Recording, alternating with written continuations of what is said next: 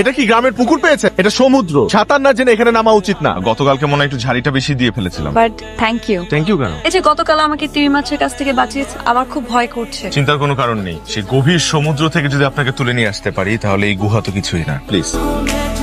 মেঘ, বৃষ্টি, সমুদ্র আর পাহাড় একসঙ্গে পাওয়ার যে অনুভূতি সেটাই আজ পেলাম। খুব ইচ্ছে করছে ওকে আরেকটু চিনি। মামা দেখ, আমার মনে হচ্ছে ও আমার প্রেম করে যাচ্ছে। ওকে না সবকিছু বলে দেওয়া হচ্ছে। কয়েকদিনের জন্য চিল করতেছিস, চিল কর না। মানে এই বার্থডে শেষে তো আমরা চলেই যাবো ঢাকায়, তখন দুজনকে ভুলে যাবি। লাইফটা না কোনো ইরেজার না যে চাইলাম আর মুছে ফেল। এটা বাস্তবতা অনেক করছে। এই সুন্দর ভিউটা দেখানোর জন্যই আপনার পদধূলি চেয়েছিলাম ম্যাডাম। কিন্তু অয়ন, আপনার সাথে চুপ, আমার একদম চুপ। চোখটা বন্ধ করুন প্লিজ। অয়ন, আপনার সাথে আমার আসলে অনেক জরুরি কথা আছে। সব শুনবো। আপনি তো আর চলে যাচ্ছেন না। শুনুন, মানুষ বাঁচে মুহূর্তে, এই মুহূর্তটা উপভোগ করা উচিত। আমরা কিন্তু এখানে বার্থডে সেলিব্রেট করতে আসছিলাম, তো না করেই চলে যাব। তোর খারাপ লাগবে না? তুই যাই ভাবিস একটু ভেবে চিন্তে ডিসিশনটা নে।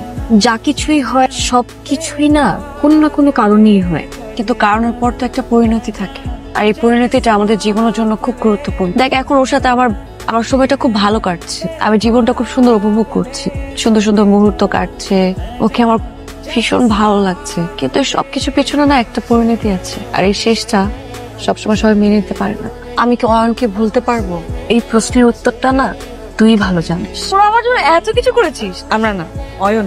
প্রতিটা জাহাজের শেষ ঠিকানা তীর। যত গভীর সমুদ্রেই থাকুক না কেন, তীরে তার ফিরতেই হয়। আর আমার জন্য তুমি সেই তীর। শুভ জন্মদিন। Thank you. সবসময় সব চাওয়া কি সত্যি হয়? আমার কাছে সবকিছু স্বপ্নের। মানুষ স্বপ্ন দেখে তাকে সত্যি করার জন্য, তাই স্বপ্নটা চোখে থাকুক আর ভালোবাসা মনে। আমার কিছু চিমটি কাটবে। এই যে স্বপ্নে আছি না বাস্তবে আছে সেটা জানার জন্য, সেটা জেনে সেভাবে ডিসিশন